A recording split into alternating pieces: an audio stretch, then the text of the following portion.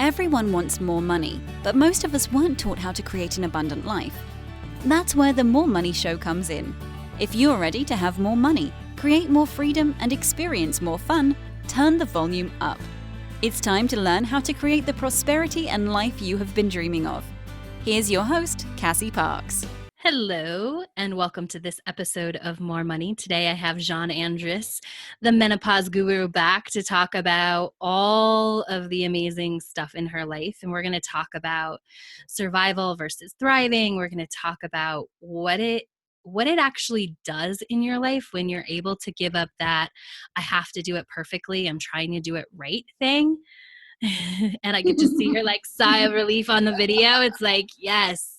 So welcome, Jeanne. Tell me something awesome to start us off. Hi, Cassie. Okay, so the really freaking awesome thing in my life right now is that I have been taking a pottery class, which was something I tried at the age of 19 and failed miserably at. And on Saturday, I prepped my very first pot to go in the kiln. It's all ready to go. It's just waiting for the time to be right to be stuck in the kiln and fired. And it's just so cool. That is awesome. I love it. And so we're going to talk later in the show as well about why it's different now and how the way that you've grown has made you actually able to throw a pot. That's the technical term, throw a pot, right? Yeah. Awesome. Cool. So let's start here. You said something the other day. So as those of you who have listened to a while, you know, Jeanne is a one-on-one client. We're working through setting up her whole business with a bunch of different client avatars, profiles, whatever, what I call paying clients, because everybody can come up with an avatar or a ideal client of somebody that they think they can help, right? Actually, I'm going to let you explain this, but what's the difference between sort of that ideal and the paying client, which is what we work, the path to paying client? Well, I think probably the biggest difference is the paying client will pay you. Yes. Which means you have a business and not a hobby. Yes. And say more about that. Will you talk a little bit more about that? So I think often our ideal client, the one or ideal reader is often very much ourselves. And for the most part, we figured it out ourselves. Yep. Because we didn't have a mentor. We didn't have somebody who was leading the way. Maybe they were out there. In my arena, I think I offer an almost unique solution to menopause that's just not out there in the world. But for business coaches and life coaches, there are people out there, but we may not know about them. So we dig in and we find ways to do things. And so our ideal client is not necessarily going to pay us. They're going to read our books. They're going to read our websites. They're going to pick our brains if they can. But they don't necessarily need our support. So a paying client is somebody who really needs our support. They really need us. Yes. Oh, I love that. And I love that there's a reason I had you introduce it, right? Obviously, I know what the paying client is, right? But I love because you've totally owned that, right? In the beginning of this process, it was you wanted to make it this person that was exactly like you. You wanted to give her all the information. You wanted to set her up for success. But that person, as we've gone through, it's become clearer and clearer to you that you didn't need you. It's somebody else that needs you. Exactly. Yeah. Exactly.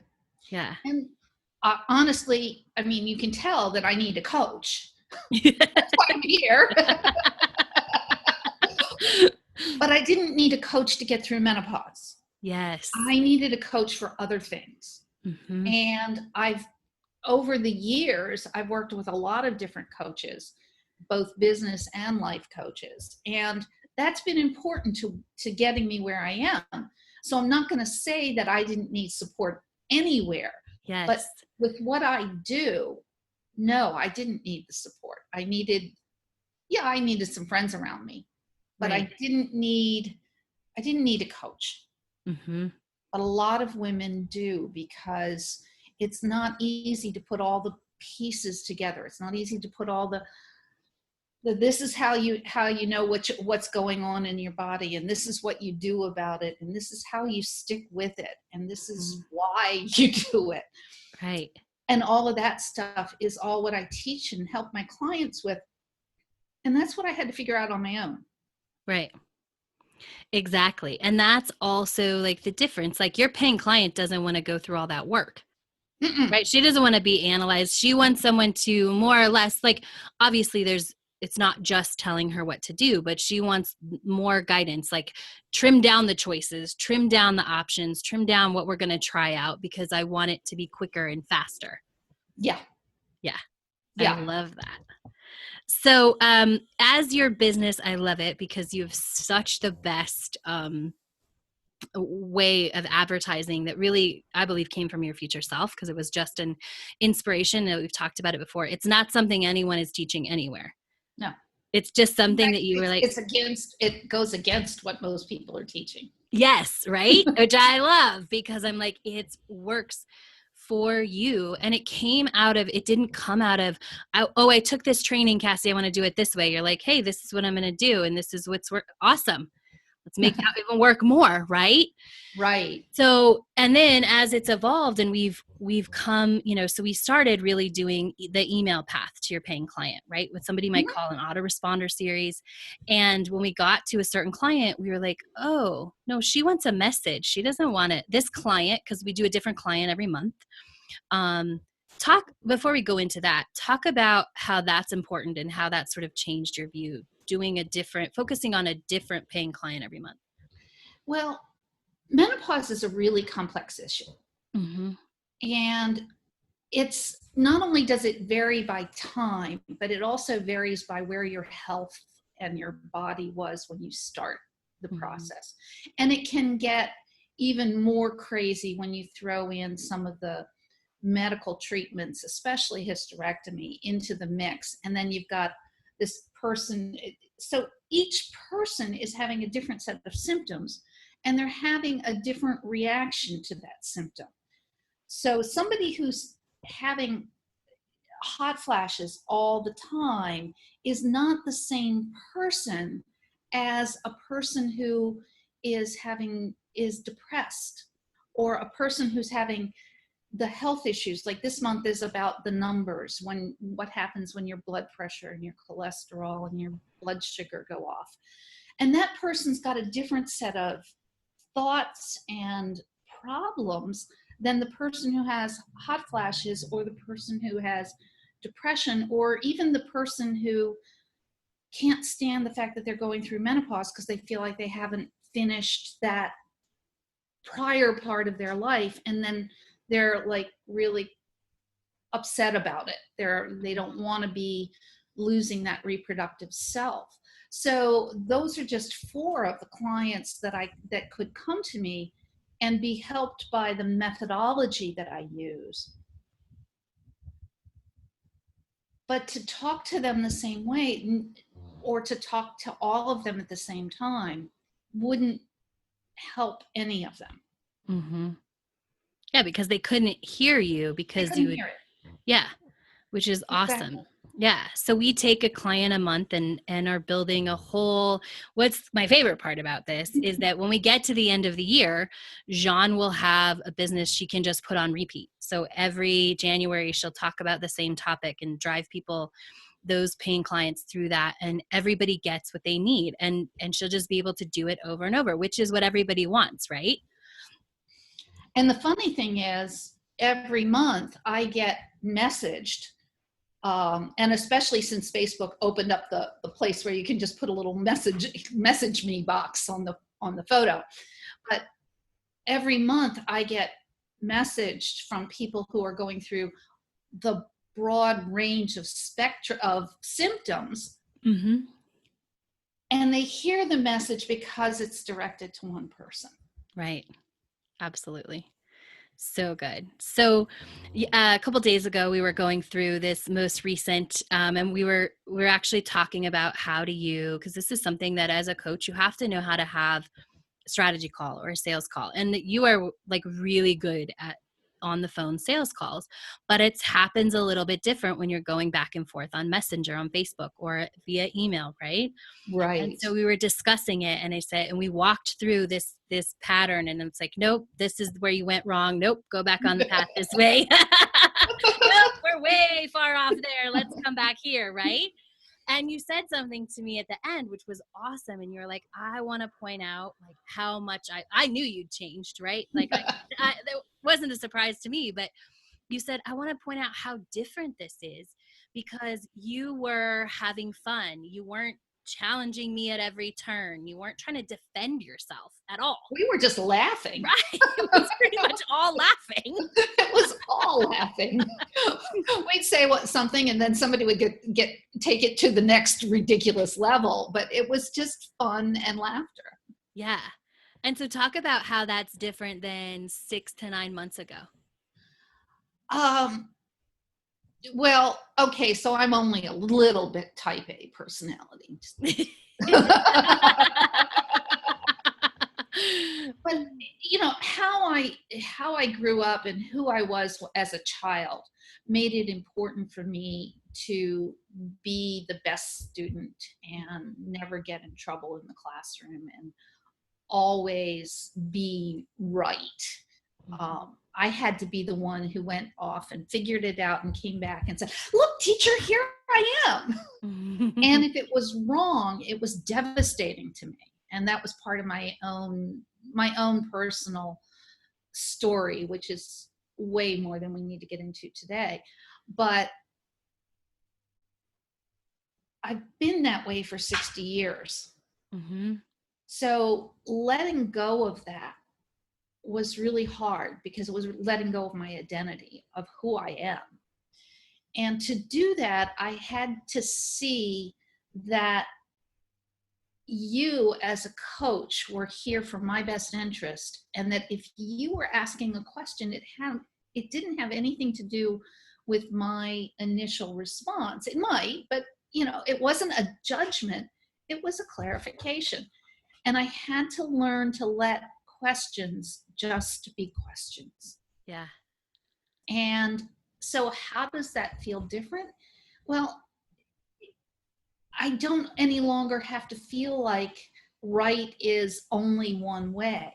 And even if I'm wrong, it's okay because there are still things that I'm really, really good at. Yes. And I know that now. And I know that if I don't have it because I haven't learned it, there's really no problem in that. Right. And I'm going to say that again. If you don't know it because you haven't learned it, this really isn't a problem, right? Exactly. You just have to learn it. And you know what? You're going to make mistakes along the way. Mm-hmm. So for me, what's been really important is to just trust that you're not out there trying to zing me. Yeah. And you're not out there looking to push yourself up by making me look wrong. Right. And I would probably say that most of my coaches have never been that way. Yeah. But yeah, there've been people in my life who were that way. Mm-hmm. I was a woman in corporate America. There are people like that. Right. Yeah. But I had to learn that it was okay to let someone help, and that the person I was asking to help was truly invested in me doing a better job of what I do. Mm-hmm. And I think what that gives too is like, there's no, now I would almost say we're using the term sort of right and wrong, but there's no right and wrong answer. There's just the answer that does that lead us to that next step we want to go to. Yeah. Does it work? Does it work? Right? Which is pretty clear, right? And I think, and the way that you came in the other day was like, this is part of this is working and part of this is not working, right? And so we sat down and to look at, okay, well, where does it stop working, right? And you were open to that. And I think the biggest thing is that, I said at the end of the call, I don't have to like be gentle anymore. I could just be like, no, that's right. Like, this is where it went off target. Like. And you can say, okay, Yeah, no, this is not. And you're like, okay, what should it be, right? Which is, I mean, there's so much time saved, I feel like, in both in There's, the learning, everything. Go ahead. yeah, there's a lot of time saved, there's a lot of effort saved, there's a lot of and it the sooner I get it right, the sooner people are going to find me and find my answer to this and be helped. And that's really what it's all about, because we shouldn't be struggling with this situation as a group, as women. We shouldn't be struggling with menopause. And if I'm letting my ego get in the way of somebody coming in and finding the answer they need, that's not right. Yeah. Talk more about that and how maybe that was happening. Well, of course it was happening, because if I couldn't be wrong, then I just have to slam. And if I had to be the one to figure it out, I just have to slam against that wall 4,000 times. Right. And to be honest, sometimes I slammed into the wall, fell over, and had to wait for the concussion to clear. Or I'd retreat from doing the next thing. Right. So knowing this, it's not, I mean, I can go so much quicker because I don't have to sit there and think about it. I just have to say, okay, Cass, what did I do wrong? Let's see it. Let's fix this and try the next thing. And if it doesn't work, let's try something else and something else and something else. And so it's a much quicker cycle. Yeah. And it doesn't take as much out of me. Yes, which is key, right? Yeah. Yeah. Because, you know, I mean, we talked about this in the last episode, but let's just bring it up again. You're getting more and more clients and you're not really working that much, right? I'm probably working less than I was 6 months ago. Yeah, definitely. Right. And even sometimes it's not just working more, mm-hmm. It was fretting more. Yes. Beating myself up. So that's not happening. And that's a huge energy drain. Yeah. Right? I know. There's so much more space in your life. Exactly. So how has letting go of the need to be right increased your confidence? I think it's increased my confidence because now I know I can find the answer, even if it's not coming out of me. Right. You know, I think sometimes too that we as entrepreneurs may feel like we need to do it all ourselves. Mm-hmm. And I'm really good at some stuff. I'm actually a really good web programmer. I did computers for years. Yeah. So I can do that stuff. And so I feel like, oh, you should be able to do this and market and this and this and write and speak and coach and clean the bathroom too. And it's just not true. Number one, we don't have enough time. Mm-hmm. But number two, we all are good at some stuff and bad at other stuff, and we hate doing other stuff. Yeah. Even if we're good at it. Right. Yeah. Clean the bathroom, but I don't. It's right. It's not the best, right? All right. So I want to talk a little bit. Oh man, there's so much I want to talk about, but I want to talk about, you are coming to Denver tomorrow for your fly in, fly out celebration cocktails. Yes. Exactly. Yes. We're having a cocktail party tomorrow night. Cocktail party. If you're hearing this while we're recording it and you aren't anywhere near Denver tomorrow, join us. Yes. It's not going to get released for a month. Right. We'll have already enjoyed cocktails. You'll probably see pictures with this, go up with this episode on my website. But yeah. However, if you're anywhere near New Orleans in October, we're going to be doing the same thing here in my hometown. Yes. He's coming this way and we've got a place to go. I know I'm so excited about that. But tell us first, I mean, this, you just told me this story before we got on the phone and I was like, oh my gosh, you were such, I mean, I already knew you were a different person, but there's a backstory. Like there was, what I love is it was never really a possibility that you couldn't come to Denver, but definitely your past self would have fretted about the possibility this was going to fall apart. right. So we decided that we were going to do this a couple of months ago when I was in Denver the last time. Mm-hmm. And I hadn't talked to my husband about it because I knew it was kind of a crazy thing, and I wanted to get a couple more clients, so he was feeling good about the business as well. And so it came up to about, I don't know, about 3 weeks ago. And my husband's been having some dental work done in Cancun, because talk to me about dental touristry if you want to know the whole story. But he was feeling some weirdness in the work they had done. And he's saying, I got to go have this fixed. I can't live with it like it is. I need to go down there and have them fix it. Or I need to go to a dentist here. So he called the people who'd done the work, and they said, oh, that doesn't sound right. How soon can you come?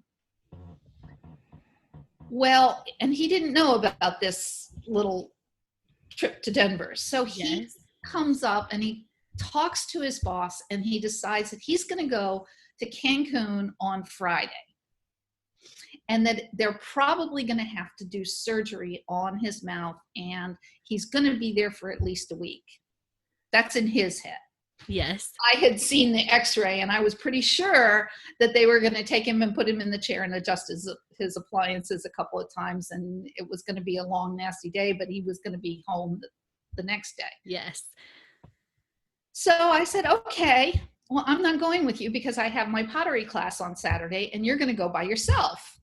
And he's like, okay, but if they cut on me, I said, I'll be there if they cut on you. Don't worry. If they're going to cut on you, I will go and get a ticket, and I will be in Cancun with you when they do the surgery. Never crossed my mind that would happen. Friday morning at 3 a.m., we drive to the airport. I drop him off, kiss him goodbye, and he goes off with luggage to stay a week. He had packed for the whole week.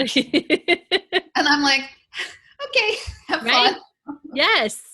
And I went home, and I did whatever I did on Friday. And then on Saturday, I went to my pottery class, and he called on Saturday morning. He said, I don't have to go back into the dentist today because everything's fine. I said, of course it is. I'll see you.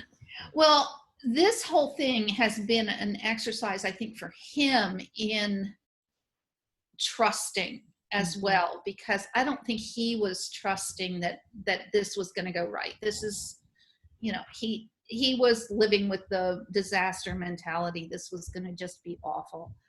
And he came home, and yesterday I told him I was going to Denver, and this was a different person I was talking to. Mm-hmm. He knew his mouth was going to be okay. He knew that this dentist was going to take care of him tremendously, that they were going to make sure that everything was right. And they were going to, if they had, and literally they paid for him to fly down there, by the way, to Cancun. Yes, so, that's awesome. We didn't even have to pay for the ticket. They paid for his overnight in place to stay. The only thing it cost us was a couple of meals out in Cancun, which is cheaper than here, as a matter of fact. Yes. So I told him I was going to Denver, and he was like, wow, that's really cool. And I said, I hadn't told you yet because I didn't want it to make one more piece of pressure on you for this trip. Yeah. But this is a person, I mean, first of all, I would have been fretting the whole time. Yes. In the past, right? In the past. Yes. I would, and honestly, I probably would have canceled the trip and gone to Cancun, and then been kicking myself when we got back on Sunday. Right. Yeah. Because my thinking would have been, oh, we've got to plan for the worst. Yes. And I didn't even come close to it. As I told you earlier, I didn't even look up what it would have taken for me to fly from Cancun to Denver. Right. And whether that would have been an option. It just was not even, it didn't even cross my mind that I would be doing anything other than getting on a plane tomorrow morning at ridiculously early 100. Right? And that's because when you made the decision, you fully made that decision, right? There was no, maybe I should go, maybe I should check, maybe this. It was like, I'm coming. We picked the date. We put it in all of our calendars, including the photographer's calendar. And we said, this is happening, right? And you, I mean, you were really the leader in that. Like, we're doing this is happening. And because that certainty, and how is that different than the way you've made decisions in the past with things like you kind of wanted to do? I would make decisions and do them, but then I'd feel guilty about it, or I'd feel like, oh, should I have done that? Or I would be second guessing myself. And I wouldn't have had nearly as much fun because I would have been second guessing myself. So, right. I mean, today I sort of gave over to getting a little bit ready for this trip. It's not a big deal, but I went and had the nails done. I love it. I love it. And I'm going to run over to the store and see if they have something. No, I'm going to run over to the store and see what dress they have for me to come to Denver in tomorrow. I love it. And so we're going to talk a little bit about thriving versus surviving, but I want to just kind of highlight the points that you shared in your story with your husband about, staying this trip and knowing it was going to happen and everything is going to be okay there. So the first thing Jeanne did was kept her story, right? And this kind of goes with the second thing she did, is she had a story that said, I'm going to Denver, right? This other story doesn't matter. I'm going to Denver. I chose that. That's happening. And the second thing she did is she didn't try and change her husband's story to match her story. She trusted enough in her story that he could have whatever story he wanted, right? He could have that this is going to take a week. I need to pack. Like, I could do all this. Like, it was really pretty funny. It was like, how much stuff really are you taking, Jess? You're only gone for 2 days. Right? But you just let him have that, that's exactly what makes it work. And it's what so many people don't do. It's like, well, if I'm going to believe this story and I want this to be true, I have to make you. And I think you probably would have done this in the past, right? Like, you would have tried to convince him to believe what the story that you wanted to have happen. And I mean, I went over it with him because I didn't want him to be terrified of going down. Right. It was, okay, you've already told Ronnie, you've told Ronnie, his boss, that he might be out for a week. Okay. Cool. You've covered it, right? You've covered it. We're good. Yeah, I love it. And what also happened is that you trusted, and then he was able to trust later on, right? He was able to trust because you were holding this trust that this whole trip was going to work out fine. Everything was going to be fine. Yeah. And then the fourth thing that you did is you didn't indulge other possibilities. You didn't look up the trip to Cancun. You didn't play the what if game. You just stayed solid in the story you knew was going to be true, and you trusted that path. And that's how you create things. And people listening want to know, like, well, how do I create when my husband thinks this way or my partner thinks this way? These are the steps you take. You tell your story. You don't try and change their story. You trust for the both of you, right? You be the leader of the trust and don't worry about someone else.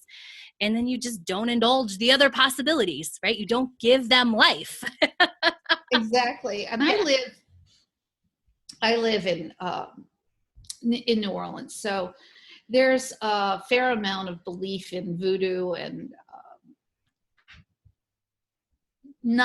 there's a saying here that's don't whip the gree on you or on me. Yeah. And it's when you say, oh, everything's you can either say everything's gonna be perfectly fine, and they're like, don't whip the gree on us.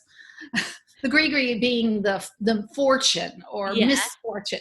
Or you could say, oh, everything's going to be so horrible. And they'll be the same way. So you're really not allowed to go either way. But he's got that very fatalistic view of the world that life is going to turn the wrong way. And it's been kind of hard to live in that situation with him where he's like always planning for the worst, and to stop being that person that also plans for the worst along with him. Yes. And it's opened up, like you didn't have to change him to open up for yourself, right? Which No, is but it's like changing him. right? That's what I was going to say next. Let's have this conversation in 6 months, because of course it's going to change him, right? Because your energy changed and you raised the vibration of the house, which means he's going to come up because there's space to come up. Instead of you two just being here, you're here, and he's, and that doesn't mean you're better than him. It just means that vibration about what's going to work out is higher, and he's going to come up there. Yeah. And so that's awesome. It really is. And so I want to wrap up talking a little bit about survival versus thriving, because we've talked a little bit about this. And this is one of the conversations that we had in some of our biggest moments, is that, you said to me, I feel like my instincts are off. And I said, because you're trying to survive, and that's what your instincts are built for. They aren't built for thriving. Yeah. And so we've talked about that a little bit before, but before we got on the call, we were just chatting and laughing. And you were saying none of this stuff, we're working through, how to message on Facebook and get that, get the right words so that people can hear you, right? And you said, none of this is a big deal. Like, we have this that works, and we have this that works, and we have this that works. None of this is a big deal. And then you said to me, what's a big deal is I'm coming to Denver, right? Yes. Yes. And they're two very big deals, but they're two very different sides of a coin, right? Right. So coming to Denver, big deal. What does that mean to you? So Denver is just, who flies 1,500 miles to go for cocktails? Right? People who thrive. Yes.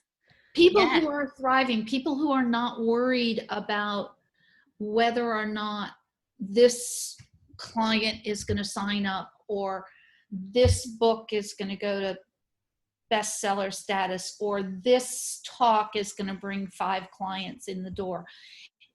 People who thrive think about going to find the right dress. Right. They think about, I really should do my nails today. And okay, so I normally try and get away for a manicure a couple times a month, but I'm going to do a mani-pedi today. Yes. Because I want to look nice. These are my friends. Yes. That is more important than, is this one person going to walk in the door and start coaching with me? Because there are other people. There are,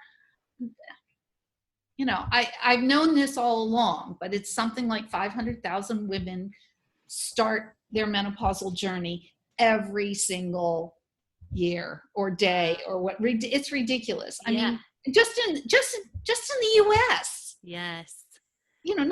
Let's leave out all the rest of the English speaking world, because I don't speak French or Spanish. But there's always somebody else who's going to need what I have to offer. So if I screw up with one person, it's a big deal for them, right? But it's not a big deal for me. Yeah. And if I screw up reaching them one way, maybe I'll reach them next month, or maybe I'll reach them in 6 months, or maybe they'll say, oh, screw it, I'm just going to go buy my book. Or they might go say I'm going to go buy Christiane Northrup's 900-page Magnus Opum that, by the way, is in 8-point font. Mine is in 12. Just saying, because we all need reading glasses too. But yeah, and I mean, looking at that as oh my God, I'm going to screw up their life, or oh my God, I'm going to screw up my life. It's just not. I can't live that way anymore. Yeah. Yeah.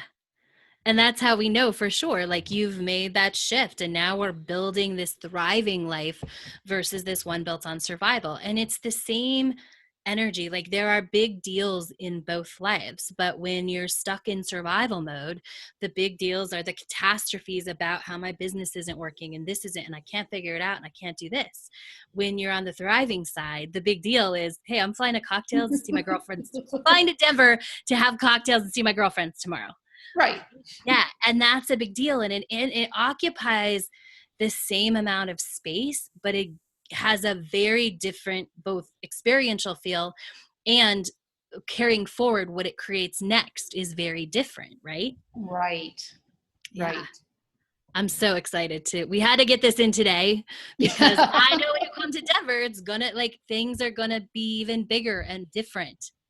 Well, I would love, if anyone who's watching this has watched the earlier episodes and sort of been following along, I would love to know from the outside, because Cassie and I are right here in it, but I would love to know because I feel like I've just changed every single month we've done this. Absolutely. That's why I was like, we got to do this every month because 6 weeks there's too much happening. You're growing so fast. You have changed so much. Like there isn't a time we get on the phone where I'm not like, man, this is a different version. If this wouldn't have happened 6 months ago, this definitely wouldn't happen 3 years ago.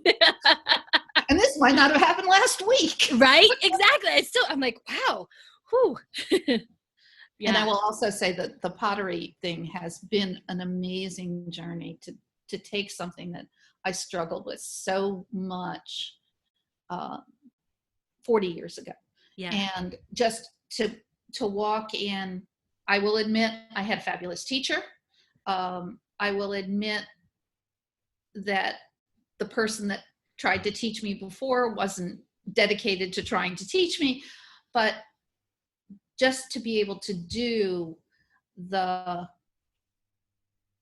just to be able to be in a relationship to a pottery wheel and have it work was just an amazing gift to myself. Yeah. Of this is who you are when you just let things happen and don't have to control them. Yes. Oh, so good. So good. And all made possible by all the work you've done, right? Yeah. Yeah. So cool. Do you have any final thoughts for today's episode? No, it's just so many, many good things. And I think it all goes back to the decision that you and I made together, that if I wasn't listening, then this wasn't going to work. And I either had to listen and had to do it, or I had to quit. Mm-hmm. Yeah. Either one of those was a possibility. Either one of those would have done things right. But if we hadn't made that decision together, I would probably be working in a job right now, because that's where it was. Yeah. How does it feel to know, like, that's like this, like the fact that your business is going to work is just like coming to Denver, right? That's what's happening. It already is working, but going to be where you want it to be very soon. Mm-hmm. Like, how does that feel, knowing with that certainty, and that this other whole job possibility is just closed down? It's amazing. It's so different, because I did that. I will say that I did that probably, it was before I left Alabama. So I had been doing this for a couple of years, and I just got disgusted with myself, and I said, I'm going to shut it down. And I applied for a job, and I had a job really quickly. I had everything but the last interview.